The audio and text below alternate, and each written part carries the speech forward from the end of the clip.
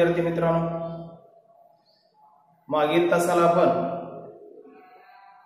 सराव संच 3.2 बद्दल माहिती बघितली। यामध्ये आपण 2 व्हिडिओ पाहिले। पहिल्या व्हिडिओमध्ये पहिल्या 3 उदाहरणांचा अभ्यास केला होता आणि नंतर दुसऱ्या व्हिडिओमध्ये आपण 3.2 या सराव संचातील 4थं आणि 5वं उदाहरण आपण पाहिलं होतं। आता आपण याच्या पुढचा भाग शिकणार आहोत आणि तो म्हणजे वर्तुळ कंस। वर्तुळ कंस म्हणजे नेमकं काय? तर एखाद्या प्रतलात वर्तुळ आणि रेषा यामधला संबंध यापूर्वी आपण सुरुवातीला धड्याच्या शिकलेलो आहोत। एखादी रेषा आणि वर्तुळ याच्यामध्ये एकही बिंदू सामायिक नसेल अशी परिस्थिती असू शकते। वर्तुळ आणि रेषा यामध्ये फक्त एकच बिंदू सामायिक असतो अशी स्थिती असते। यावेळेला आपण समजा ही रेषा एल आहे आणि एल ही रेषा पहिल्या वर्तुळाच्या संदर्भात आपण त्याला वर्तुळ केंद्राला आपण पी नाव दिले, दुसऱ्याला क्यू आणि तिसऱ्याला आर। तर या तिन्ही वर्तुळाच्या संदर्भात पी केंद्र असणारा वर्तुळ आणि एल रेषा याच्यामध्ये कोणत्याही प्रकारचा संबंध आपल्याला दिसून येत नाही। दुसऱ्या आकृतीत क्यू केंद्र असणारा वर्तुळ आहे, याच्यामध्ये एल रेषा आणि वर्तुळ यामध्ये फक्त एकमेव बिंदू सामायिक आहे आणि तो म्हणजे ए बिंदू। मग या ठिकाणी अशी जर स्थिती असेल तर त्याला आपण वर्तुळाची स्पर्शिका म्हणतो। हे यापूर्वी आपण शिकलो आहोत। म्हणजे स्पर्शिकेची व्याख्याच आहे अशी की एका प्रतलातील वर्तुळ व रेषा यांना एक आणि एकच बिंदू सामायिक असेल तर ती रेषा त्या वर्तुळाची स्पर्शिका असते। त्याचं स्पर्शिकीय गुणधर्म आपण बघितले, त्याच्यावरची आधारित प्रमेय आपण शिकलो। आता आपण ही जी रेषा आहे ही रेषा या पद्धतीने आपण दाखवली असेल एल रेषा। तर ही रेषा वर्तुळाला एम आणि एन या दोन बिंदूत छेदलेली दिसते। म्हणजे सी केंद्र असणाऱ्या वर्तुळात रेषा एल वर्तुळाला एम आणि एन अशा दोन बिंदूत छेदते।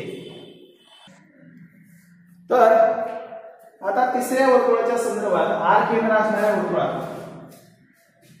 आपल्याला या ठिकाणी लक्षात येतं की एल ही रेषा एम आणि एन या दोन बिंदूत वर्तुळाला छेदते।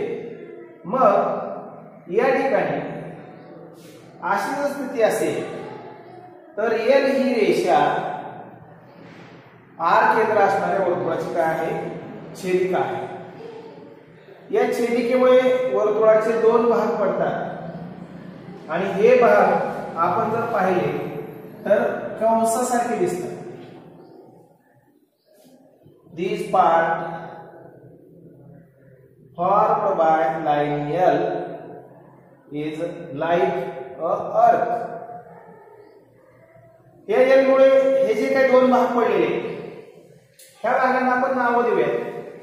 समजा हा जो भाग आहे तो x आहे आणि इकडचा भाग y आहे। तर असे जे काही कंसासारखे भाग आहेत या भागांना आपण काय म्हणतो? वर्तुळ कंस असं म्हणतो। वर्तुळ कंस वाचताना ते 3 अक्षरांनी वाचले जातात। एक म्हणजे त्या कंसाचे अंत्यबिंदू आणि अंत्यबिंदू अखेरीस कुठलाही एक वर्तुळाचा बिंदू। मग या ठिकाणी 2 कंस जे तयार झाले त्या कंसाची नावं आपण लिहूयात। पहिला कंस आहे MXN आणि दुसरा कंस आहे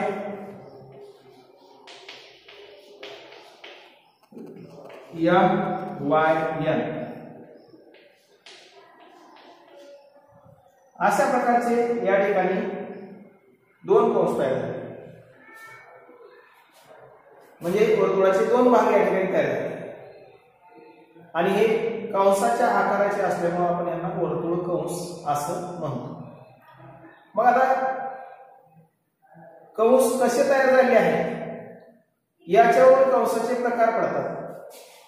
आता समजा या ठिकाणी एक ही रेषा वर्तुळाला केंद्राच्या एका बाजूला छेदलेली आहे, पण समजा ही जी रेषा आहे ही रेषा वर्तुळाला वेगळ्या बिंदूत छेदली किंवा वर्तुळाच्या केंद्रातून गेली, तर या ठिकाणी जे कंस तयार होतात हे कंस वेगळ्या पद्धतीने तयार होतात. आता हे क्यू केंद्र असणारे वर्तुळ आहे, या क्यू केंद्र असणाऱ्या वर्तुळात एम ही रेषा समजा क्यू केंद्रातून गेलेली असेल, तर या ठिकाणी जे काही कंस तयार झाले त्या कंसांना आपण नाव देऊयात AXB आणि KY. आता हे जे कंस तयार झाले कंस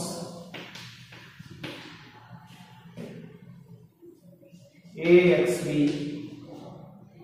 कंस KYB त्या दोन्ही कंसाच्या संदर्भात आपलं असं दिसून येतं दोन्ही कंस समान मापाचे, दोन्ही कंस या क्यू केंद्र असणाऱ्या वर्तुळाच्या संदर्भात समान मापाचे आहेत आणि म्हणून त्याला आपण अर्धवर्तुळे असं म्हणतो. अर्धवर्तुळे, हाफ सर्कल, अर्धवर्तुळे असं म्हणतो. तर या ठिकाणी आर केंद्र असणाऱ्या वर्तुळाला आपल्याला दिसून येतं की रेषा L मुळे जे काही कंस तयार झाले त्यापैकी कंस MXN हा विशाल कंस आहे,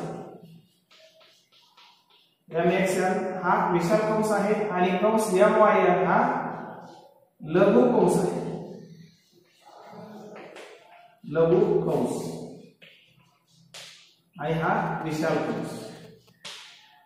तर लक्षात ठेवा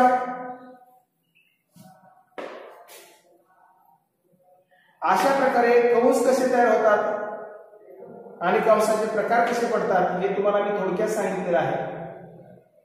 पहिली गोष्ट, एखादी रेषा वर्तुळाला दोन बिंदूत छेदत असेल तर कंसाचे जे भाग तयार होतात त्याला आपण वर्तुळ कंस म्हणतो. या दोन्ही आकृतीमध्ये क्यू केंद्र असणाऱ्या आणि आर केंद्र असणाऱ्या वर्तुळात रेषा L मुळे वर्तुळाचे कंस तयार झालेले दिसतात. त्यापैकी क्यू केंद्र असणाऱ्या वर्तुळात जी रेषा L आहे ती केंद्रातून गेलेली आहे आणि त्यामुळे तयार झालेले जे काही कंस आहेत हे दोन्ही कंस समान मापाचे आहेत आणि त्यामुळे या कंसांना आपण अर्धवर्तुळे असं म्हणतो. म्हणजे हा एक कंसाचा प्रकार झाला. दुसरी गोष्ट, आर केंद्र असणाऱ्या वर्तुळात MN ही छेदिका वर्तुळाच्या एकाच भागातून तिथे गेलेली दिसते किंवा वर्तुळाला एका बाजूला छेदलेली दिसते आणि त्यामुळे तिथे जे कंस तयार झाले यापैकी एक मोठा कंस आहे आणि दुसरा लहान कंस आहे. मोठ्या कंसाला आपण विशाल वर्तुळ कंस असं म्हणतो, तर लहान वर्तुळ कंसाला आपण लघु वर्तुळ कंस असं म्हणतो. तर लक्षात ठेवा एखादी रेषा किंवा रेषाखंड वर्तुळाला दोन भिन्न बिंदूत छेदल्यामुळे वर्तुळाचे कंस तयार होतात आणि कंसाचे एकूण तीन प्रकार आहेत. एक म्हणजे विशाल कंस, दुसरा लघु कंस किंवा अर्धवर्तुळ. तर अशा प्रकारे तीन प्रकारचे कंस तयार झालेले दिसतात.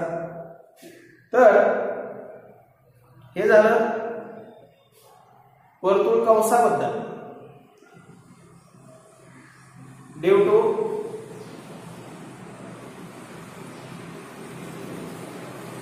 the transversal or due to the line if circle divided into two parts at that time, the parts are called as a arc of circle. And on the shape there are three types of arc. First is a major circle, major arc, minor arc, and half circles. Major and minor arc formed by the line, the part including the center of circle is called major arc, and part does not include the center of circles is called minor arc. And if the line divides the circle into two equal parts, or line goes through the center of circle at that time, the arc formed are the half circles. तर अशा प्रकारे कंसाचे तीन प्रकार आहेत ते तुम्ही लक्षात ठेवा. आता पुढचा जो भाग शिकायचा आहे आपला तो म्हणजे केंद्रीय कोन. आता केंद्रीय कोन कोणाला म्हणायचं? तर वर्तुळाचं जे केंद्र आहे त्या वर्तुळाच्या केंद्राला एखादा कोन जर समाविष्ट करत असेल किंवा कोनाचा शिरोबिंदू हा वर्तुळाचा केंद्रबिंदू असेल तर अशा कोनाला आपण केंद्रीय कोन म्हणतो. समजा आता आपण या ठिकाणी एक कोन काढलेला आहे, कोन P किंवा R, किंवा या ठिकाणी आपण नाव बदलूया त्याची.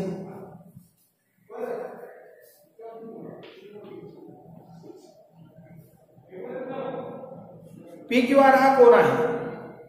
या कोनाच्या बाबतीत आपलं असं दिसून येतं की हा जो काही कोन आहे या कोनामुळे सुद्धा वर्तुळाचे दोन भाग तयार झाले. एक म्हणजे हा PXR आणि PYR असे भाग तयार झाले. मग या ठिकाणी PXR आणि PYR हे काय आहेत? कंसच आहेत. हे वर्तुळाचे कंसच आहेत. आणि हे तयार कशामुळे झाले? तर या कोनामुळे, कुठल्या कोन P किंवा R मुळे हे दोन कंस तयार झाले आपल्याला दिसून येतात. मग असा जो कोन असतो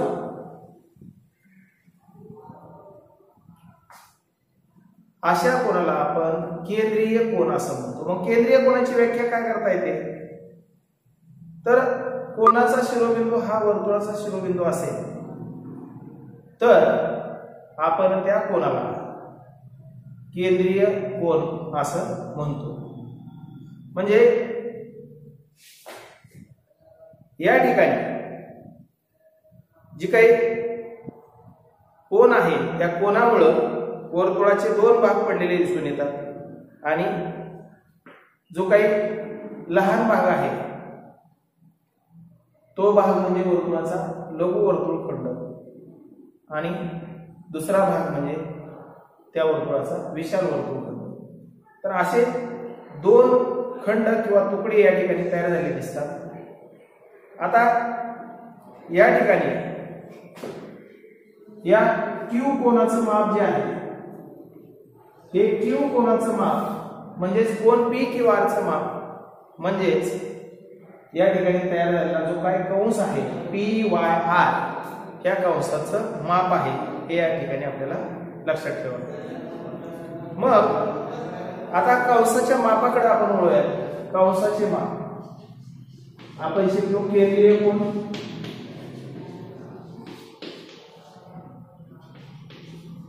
आता आपण शिकूया कंसाचे माप.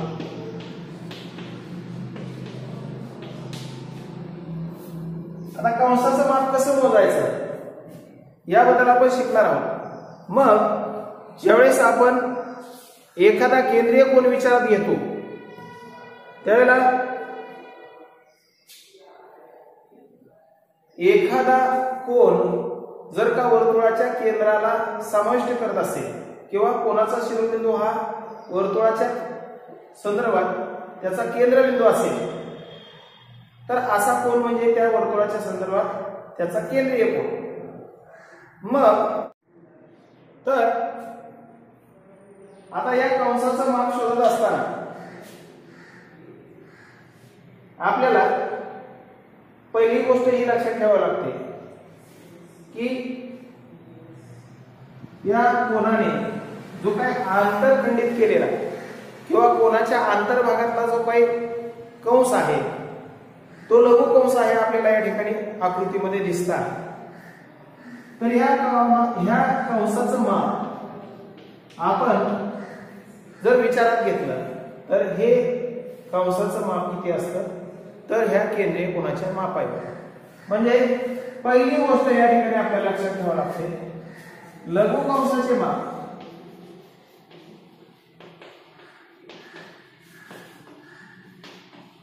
किती असते तर त्याच्या केंद्रीय कोनाच्या मापाने।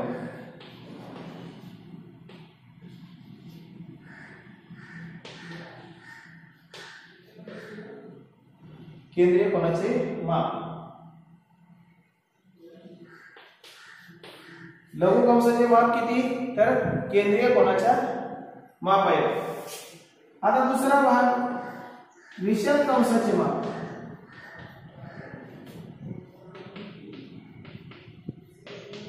किती असते तर विषम कंसाचे माप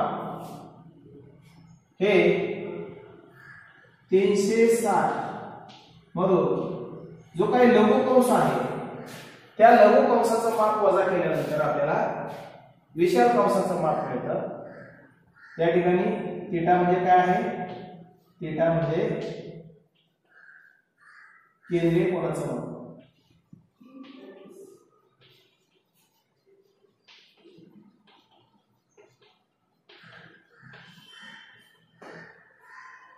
विशाल कंसाचं माप किती तर 360 वजा केंद्रीय कोनाचं माप किंवा आपण ते असे लिहू शकतो विशाल कंसाचे माप बरोबर 360 वजा लघु कंसाचे माप।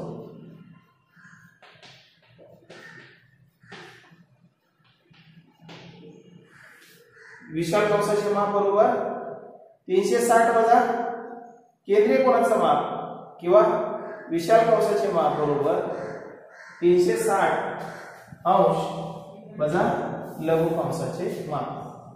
आता राहिला विषय अर्धवर्तुळाचा। अर्धवर्तुळाचं माप किती असतं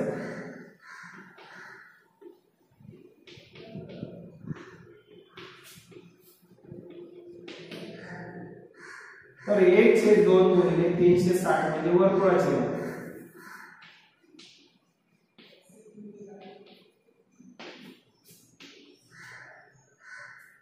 मग वर्तुळाचं माप किती असतं आपल्याला माहिती आहे किती 360 म्हणजे अर्धवर्तुळाचं माप किती असतं 180 अंश। अर्धवर्तुळाचे माप 180 अंश। तर अशा प्रकारे तुम्हाला कोनांची माप लक्षात ठेवावी लागतील। पूर्ण वर्तुळाचं माप किती असतं 360 आणि अर्धवर्तुळाचं माप किती 180 अंश। तसं लघु कंसाचं माप किती तर त्याच्या संगत केंद्रीय कोनाच्या मापा एवढं म्हणजे थीटा एवढं। आणि विशाल कंसाचं माप किती तर 360 मधून म्हणजे वर्तुळाच्या मापातून आपण जर का लघु कंसाचं माप वजा केलं तर आपल्याला त्यातून तिथं विशाल कंसाचं माप मिळालेलं दिसून येतं। तुम्ही ही जे काही माप या ठिकाणी दिलेली आहेत हे पेज नंबर 60 वरती आपल्याला आकडे दिलेले आहेत। तुम्ही फळ्यावरील स्क्रीनशॉट घेऊन हे चारही आकडे तुम्ही फळ्यावरचे त्या ठिकाणी लिहू शकता किंवा पेज नंबर 60 वर तुम्हाला जे 4 आकडे दिलेत कंसाची माप शोधण्यासाठी तर तुम्ही तिथं ते 4 आकडे तुमच्या वर्गपाठाच्या वहीमध्ये तुम्ही लिहायचे आहेत। आता पुढचा भाग आपण शिकणार आहोत ते म्हणजे कंसाची एकरूपता. कंस एकरूप कधी राहतात? तर आतापर्यंत आपण शिकत आलेलो आहे की त्रिकोण असतील किंवा वर्तुळ असतील किंवा तर दोन कंस एकरूप कधी असतात यासाठी एक आकृती आपण फळ्यावरती काढलेली. या आकृतीमध्ये ओ केंद्र असणारी दोन समकेंद्री वर्तुळ आहेत, म्हणजे दोन भिन्न त्रिज्येची परंतु एकच केंद्र असणारी दोन वर्तुळ आपण काढलेली. या वर्तुळाच्या संदर्भात आपल्याला लक्षात येतं की जे काही लहान वर्तुळ आहे त्या लहान वर्तुळाच्या संदर्भात POQ आणि ROQ हे दोन केंद्रीय कोन आहेत. तसेच मोठ्या वर्तुळाच्या संदर्भात AOB आणि COB हे केंद्रीय कोन आहेत. या दोन्ही कोनांची माप म्हणजे थीटाची किंमत कोन AOB असेल किंवा कोन COB असेल, दोन्ही कोनाच्या संदर्भात केंद्रीय कोनाचं माप किती आहे? 70. मग या ठिकाणी असे जे कंस आहेत की ज्यांच्या केंद्रीय कोनाची माप समान आहे असे कंस काय होतात? एकरूप होतात. या ठिकाणी लक्षात ठेवा कंस AB एकरूप कंस BC आहे, कंस AB एकरूप कंस BC आहे. याप्रमाणे कंस PQ एकरूप कंस QR आहे. म्हणजे एखाद्या वर्तुळाचा विचार करत असताना दोन कंस कधी एकरूप होतात जेव्हा एखाद्या वर्तुळात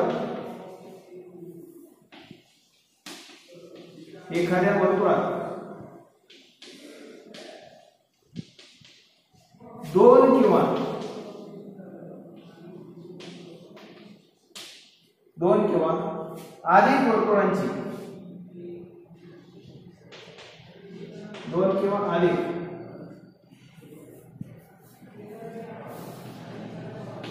कंसाच्या केंद्रीय कोनांची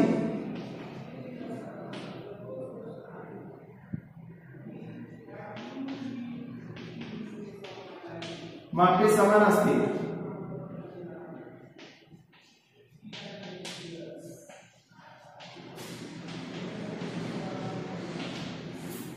जेव्हा एखाद्या वर्तुळात दोन किंवा अधिक कंसांच्या केंद्रीय कोनांची मापे समान असतील तर असे कंस परस्परांना एकरूप असतात.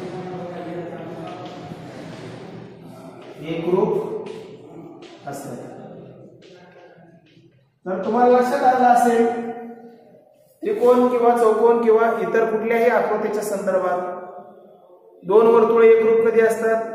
त्यांच्या त्रिज्या समान असतील तर. दोन त्रिकोण एकरूप कधी असतात? त्यांच्या तीन बाजू आणि तीन संगत कोन समान मापाचे असतील तर ते त्रिकोण एकरूप असतात. दोन चौकोन कधी एकरूप असतात? त्यांचे चारही बाजू दुसऱ्या चौकोनाच्या संगत चारही बाजूशी एकरूप असतील आणि संगत कोन एकरूप असतील तर असे चौकोन एकरूप होतात. मग या पद्धतीनं कंसाची एकरूपता शिकताना त्यांच्या केंद्रीय कोनांची माप जर समान असतील तर असे वर्तुळ कंस हे एकरूप वर्तुळ कंस असतात. म्हणजे या ठिकाणी कंस AB आणि कंस BC हे परस्परांना एकरूप आहेत. त्याचबरोबर कंस PQ आणि QR हे सुद्धा परस्परांना एकरूप आहेत, कारण त्यांच्या कंसाचे जे काही केंद्रीय कोन आहेत या केंद्रीय कोनांची माप काय आहेत? समान आहे. तर अशा पद्धतीने आपल्याला एकरूप कंस जे आहेत त्या एकरूप कंसाच्या बाबतीत त्यांची व्याख्या लक्षात ठेवता येते. तुम्ही याचा स्क्रीनशॉट घेऊ शकता. याबरोबरच अजून आपण एक कंसाची व्याख्या एकरूप कंसाची व्याख्या करू शकतो. ती म्हणजे अशी, जर कंसाच्या त्रिज्या व त्यांची मापे समान असतील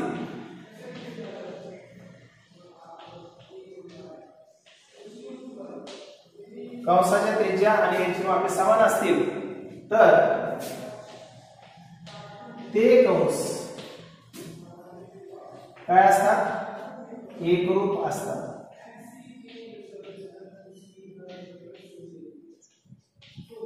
आता हे सांगण्याचं कारण असं तुम्ही ए बी आणि पी क्यू हे दोन कंस एकरूप दाखवू शकत नाही कारण ए बी हा जो कंस आहे ए बी कंस हा ओए त्रिज्या असणाऱ्या वर्तुळाचा कंस आहे आणि पी क्यू हा कंस जो आहे तो ओपी त्रिज्या असणाऱ्या वर्तुळाचा कंस आहे। त्यामुळं ए बी आणि पी क्यू हे दोन कंस एकरूप होणार नाहीत परंतु ए बी आणि बी सी हे दोन कंस एकरूप होणार कारण ते समान मापाचे कंस आहेत आणि त्याचबरोबर त्यांच्या त्रिज्या सुद्धा समान आहेत। तर पी क्यू आणि क्यू आर हे दोन कंस एकरूप होतील कारण त्यांच्या बाबतीत त्या वर्तुळाची त्रिज्या आणि त्याचबरोबर त्यांची माप तिथं समान आहेत। त्यामुळं तुम्ही लक्षात ठेवायचं एकरूप कंस कधी असतात तर त्यासाठी दोन गोष्टीची आवश्यकता आहे। एक म्हणजे त्या वर्तुळांच्या बाबतीत त्यांच्या केंद्रीय कोनाची माप जी आहेत त्या कंसाच्या केंद्रीय कोनाची माप ही समान असायला हवीत आणि दुसरं म्हणजे त्या एकाच वर्तुळाच्या संदर्भात आपण त्याचा विचार करू शकतो म्हणजे त्या दोन कंसाच्या संदर्भात त्रिज्या समान असायला पाहिजे। अशा दोन अटींचं पालन आपल्याला त्या ठिकाणी करावं लागतं। आता पुढचा जो भाग शिकायचा आपल्याला ते म्हणजे कंसाच्या मापाच्या बेरजेचा गुणधर्म। आता कंसाच्या मापाच्या बेरजेचा गुणधर्म म्हणजे काय तर या ठिकाणी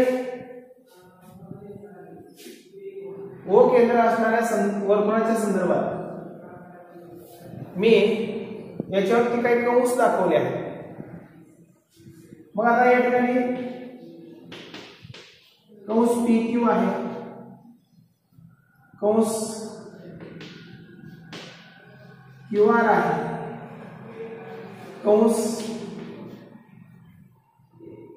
आर एस आहे आपण म्हणूयात कंस पी क्यू आर आहे कंस पी क्यू एस आहे। आता या कंसांचा आपण थोडक्यात विचार करूया त्यांच्या बाबतीत यांची माप कशी असतील। मी या ठिकाणी वेगवेगळे कंस लिहिले तर या कंसाची माप कशी असतील आता पी क्यू चं माप किती असेल तर त्याचा जो काही संगत केंद्रीय कोन आहे त्या संगत केंद्रीय कोनाच्या मापा एवढं पी क्यू चं माप असेल। क्यू आर चं सुद्धा क्यू आर कंसाचं तेवढंच असेल त्याच्या संगत केंद्रीय कोनाच्या मापा एवढं। आर एस या कंसाचं माप सुद्धा किती असेल त्याच्या संगत केंद्रीय कोनाच्या मापा एवढं। पण पी क्यू आर या कंसाचं माप आपल्याला काढायचं असेल तर आपण काय करतो कंस जो काही पी क्यू आहे या कंसाचं माप कंस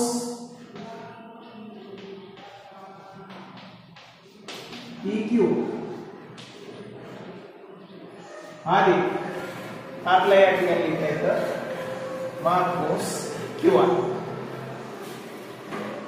माप कंस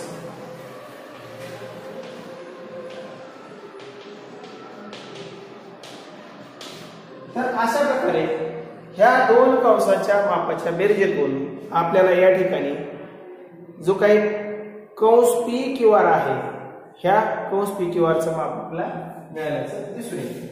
आता हा दुसरा जो कंस आहे पी क्यू एस या पी क्यू एस कंसाचं माप कसं मिळतंय पहा तर इथं या कंसाचं माप आपल्याला तीन कंसाच्या बेरजेतून मिळालेलं दिसतं म्हणजे माप कंस PQ, त्यानंतर माप कंस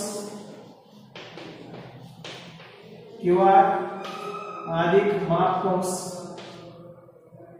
RS, ह्या तिघांच्या बेरीज किंवा हेच माप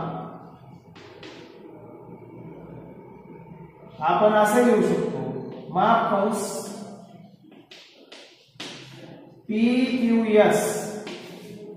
PQS, त्या कंसाचं माप असेल माप कंस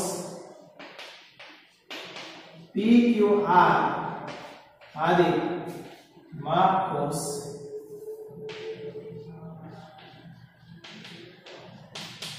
RS.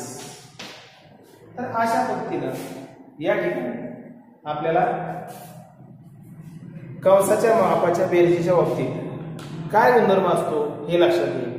लक्षात ठेवा, ज्या पद्धतीने आपण संगत कोणाच्या मापाची बेरीज करतो तशाच पद्धतीने आपण जेव्हा दोन किंवा अधिक कंसाच्या मापाचा विचार करतो तेव्हा त्यांच्या केंद्रीय कोणाच्या मापाची बेरीज आपण करत असतो, हे आपल्याला या ठिकाणी लक्षात ठेवा.